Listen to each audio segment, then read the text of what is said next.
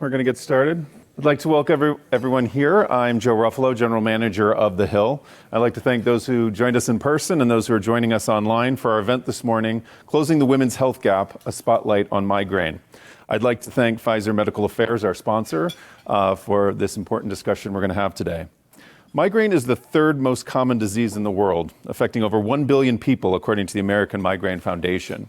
But women are 3 times more likely than men to suffer from migraine. Considered to be a serious neurological disorder, migraine typically includes an intense headache, nausea, vomiting, and sensitivity to noise and light. Women tend to report more painful and longer-lasting symptoms, making migraine the top cause of disability globally among women under 50. At the same time, research on women's health has been underfunded for decades, and many conditions that mostly or only affect women or affect women differently than men have received little to no attention, migraine included. Why is migraine more common in women? What makes migraine attacks so unpredictable? What stigma is associated with the disease? And what are the implications for the patient's mental and physical health and quality of life overall? We will answer these questions and will provide education and insights around migraine, women, and what needs to be done to improve the lives of those living with migraine. Before we get underway, though, a few housekeeping issues. If you're in the room, please silence your phones, but we do encourage you to join the discussion online. You can join the conversation on Facebook, X, and Instagram at The Hill Events using the hashtag #TheHillHealth. And with that, I am delighted to introduce our first guest, Dr. Jessica Ailani, Clinical Professor of Neurology at MedStar Georgetown University Hospital and Director of MedStar Georgetown Headache Center. She joins Kathleen Koch, Contributing Editor at The Hill. Welcome.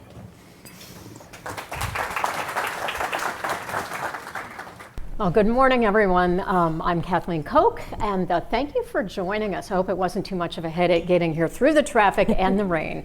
I had to get a little joke in there. So, Jessica, Joe mentioned just now in the intro that migraine disease, it affects women so much more than men. I don't think everyone fully appreciates it, and women's episodes are more prolonged and intense. So why is that? Well, we believe that women are more affected than men because of hormonal changes that do affect the way the brain functions and works, and these hormonal changes are probably the reason women are more affected by migraine. You said we believe. We believe. Probably, so we don't have certainty on that? I don't think anything in medicine is certain. And actually, I have to say, I think if we ever feel it's 100%, we're always proven wrong. And it's best for us to be humble about what we know so that research continues and maybe we get closer to being more certain.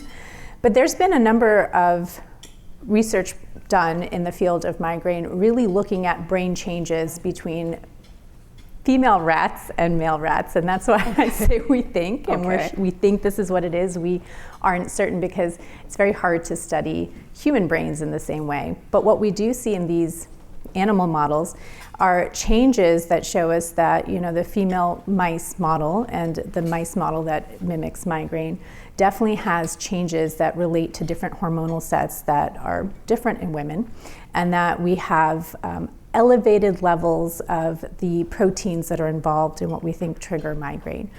And it's a very long, complex story. I think we're still learning a lot about it. It's amazing to me that migraine's a disease that I think goes back age-old times, but yet we're still discovering things in the last 5 to 10 years that are pretty amazing, because these differences to us are very meaningful in the clinic. Even if we start finding things in animal models, it still has a lot of implications to how we practice day to day. Because if a man and a woman have differences in how the brain works and how a disease produces and represents itself, well, then shouldn't we treat these diseases differently? Even if it's migraine, does a man who have migraine and a woman who have migraine perhaps have differences in how they might respond to treatment? And I think we're just on the cusp of trying to figure that part out. And you mentioned that women might experience migraine differently and it's more painful. When it comes to hormonal changes, we're starting to understand more about when women have migraine related to their menstrual cycles. And we know that for women, when you have your menstrual cycle, many women can have more severe migraine.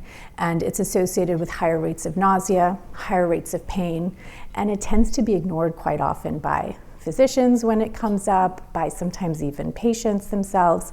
But when do women have a higher threshold of pain? I mean, I don't want to perpetuate a myth, but does that factor in here? I do believe that women have a higher threshold of pain. There is some science behind that as well, going back to hormonal changes in the way the brain works. I also, though, want to put in my own insights of what I've realized over time taking care of patients. I've been a clinician for almost 18 years, been taking care of predominantly people with migraine for 15. And in that time period, and I am a woman, just to make that very, very clear, and I think that one thing I notice over and over again is we as women tend to underplay symptoms. And I think that really starts back to the very first time you got your period. What does your parent tell you? I mean, this is normal. It's just the way it's going to be, and you're going to experience this every month for the rest of your life. So deal with it. And if that's what's ingrained in our nature, is it surprising to me that women who predominantly can have this disease tend to not talk about it that often, or not really put the push when they go in and speak to their provider and say, listen, I'm having these headaches, and they don't really feel very good. And I've tried some medicine, it doesn't work. And they're told, well, just take some more medicine. I have never known, the only person I've ever known who had migraine was a man. And he was actually the bureau chief at CNN where I worked, the late, great Bill Headline. But maybe women around me had migraine all the time, but just never said anything. I think you're picking up on something very important because it's probably very true. We tend to hide the symptoms, we don't talk about it. We feel like it's just a normal occurrence. Maybe mom or grandmom had migraine and we watched their experience of going into a dark, quiet room and not really speaking about it. So it's normalized. Exactly. You try to inherit that same way of dealing with the problem. Fascinating. Well, you have been treating people living with migraine disease for 15 years or more. And I'm just curious about treatments. So what treatments exist? What is your favorite? I know some doctors use Botox, apparently. So what are you using these days? Yeah, our field has evolved tremendously in the last 15 years. I have to say I'm extremely lucky that I've been able to practice in what we call the dark ages of headache. And if you talk to people, I was speaking to one of my... You're saying this was 15 years ago, the dark ages? Yes, 15 years ago. Not that long ago. It was definitely the dark ages of migraine. But just a story, I was speaking to an advocate that I'm very close to. She was telling me her migraine journey, and part of her journey was being started on these what we call traditional migraine preventive treatments. These are treatments that have been used for other disorders but then discovered to be helpful in migraine, and they tend to be oral tablets, which are very easy to use, and we use them to try to reduce migraine frequency. The trouble is they come with a tremendous amount of side effects. And she was telling the story about how when she was in her 20s, she was put on these treatments, and then when her daughter developed migraine, decades later, at 16, was put on these same treatments that caused the same problems. Because it wasn't really until around 2018 we started to have our first migraine-specific preventive treatments that came with less side effects. Yeah, okay, it's a good why question. That delay? But I think I already know the answer. Is it because, like so many diseases that are predominantly diseases that affect women, it wasn't getting the research dollars, it wasn't getting the attention? Yeah, so migraine has definitely been underfunded when it comes to government funding. We are blessed in that there's been many pharmaceutical companies who've taken an interest, but there's a big difference between granted money from government funding and spending and pharmaceutical interest in research dollars, because if a company sees that a drug doesn't work, it's their prerogative to walk away from an entire disease state. Whereas if there's a grant and there's researchers behind this and this is their life career, if they have a finding it doesn't work, more likely they're going to keep trying to figure out how to make it work, because this is their entire life. It's not something they can just walk away from. So I do think that we've had many dedicated scientists in the field, and the drugs that we have today come from work back in the 80s and the 90s, 1980s and 1990s, that just took that long for these treatment discoveries to really make their way through finding programs for clinical trials, the creation of the drugs, making them work properly.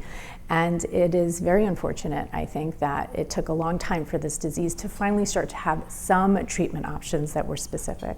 How effective are they, these newer treatments you're describing? Yeah, so I do think that they are very effective for the majority of people with migraine. That doesn't mean they work for everybody. I don't really think there's anything out there that works for every person with this disease. It is a very complex brain disorder. I think of it as a network that's not functioning, and there's lots of parts of that network that might not work. So it's not that there's going to be one treatment that works for every person. It's really about finding how do you work through the different treatment options? How do you find layering of the right types of treatments? It's not just medications, it's changes in lifestyle, it's biobehavioral therapies, it's maybe the use of a neuromodulation device, and making sure you do treat an attack when it happens, treating it early, because the other problem we tend to see is people tend to delay. Oh, I'm having a headache, this isn't going to be a migraine. It for sure is not going to be a migraine. And then, within 20 minutes, you're nauseous, lights are bothering you, sounds are irritating, but you still feel, no, if I just breathe a little bit more and ignore it, it's going to go away. So it's more effective if you treat it immediately. immediately. Okay. And stop the denial that this is really a migraine. And treating early is very important.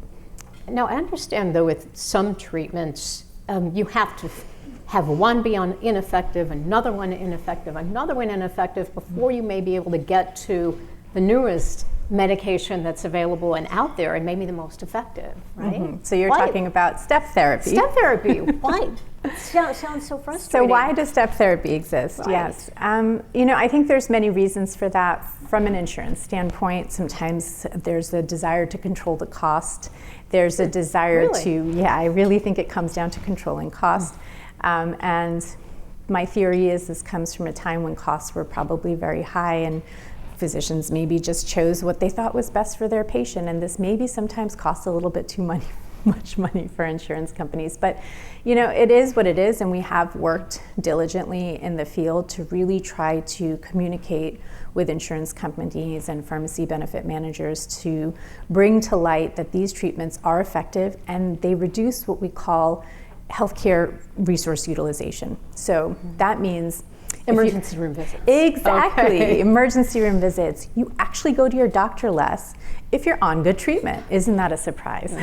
So that's less co-pays for the patient, but also less payments for the insurance companies. And less cost to the healthcare system at large. Exactly. And so doing studies like this, bringing them that type of research, keeping that conversation open, and constantly having that dialogue. We're hoping that over time we're starting to reduce this step therapy, and we have made a lot of gains in the field of migraine over the last year, so that's been exciting. What about prevention? You spoke a little bit about some lifestyle changes. Is there a lot that can be done, and are there treatments, are there medicines that prevent a migraine? So when it comes to prevention, when you're having attacks that are frequent enough, they're starting to disrupt your life and you're starting to feel like it's hard to do your day-to-day, you're thinking more about when the next migraine is coming than, hi, I want to have a life and go out and see my friends, wake up and go to an early morning breakfast, and instead you're worried, if I get up too early or I didn't get enough sleep, I'm going to have this crippling attack, so let me skip that. When that starts to become the dialogue you're having, whether that's 4 attacks a month, whether it's 2 attacks a month, whether it's 12 attacks a month, it really varies from person to person. That's when we start that dialogue about maybe it's time to be on a treatment to reduce the frequency of these attacks. And those treatments are very varied. They can be pills you take every day. There can be an injection you do once a month. If your attacks are so frequent that they're half the month or more, that's when we start to introduce things like Botox for chronic migraine, which can be a very effective treatment. The range of treatments is there. I think that's really wonderful because, like I said, it's a complex disorder and there's not one right fit for every person. And so dialoguing with the clinician to see what's the right treatment option for your type of attacks, what side effects are acceptable to you. Also, would you take a pill every day, or would you rather do an injection once a month, or would you rather come into the office and be injected every 3 months? And this is actually a big deal because it might be the rest of your life you're on this treatment. So making that decision about what you think you can do is really a big part of that decision of prevention. And I understand that has a lot to do also with what the patient tolerates best, right? So if they take the pills and they have a problem with nausea, then maybe they get injections instead. Right, exactly. And a lot of that dialogue is, don't worry, you might choose something, you might not like it, it's okay. We're gonna have you come back, we're gonna see how it works. If it doesn't work or you don't like it, there are lots of other options. And so sometimes that first time we're having the discussion about prevention, it's laying out all the options. It can be overwhelming because there's so many. But a lot of that dialogue is, we're gonna just talk about one or two, but I want you to see there's a lot. And the reason to see there's a lot is the idea that, hey, all your life you might have been ignoring this. All your life people might have told you it's not a big deal. I'm gonna be the one that tells you there's a lot of hope and we can make this a lot better. So look at all these options, but let's just talk about one or two so you don't go home and feel like, I don't know what you're talking about, this is just too much. But that if this doesn't work, look at how many other choices there are. So speaking of other choices, as we look to the future, I know you've been involved in various studies, clinical trials.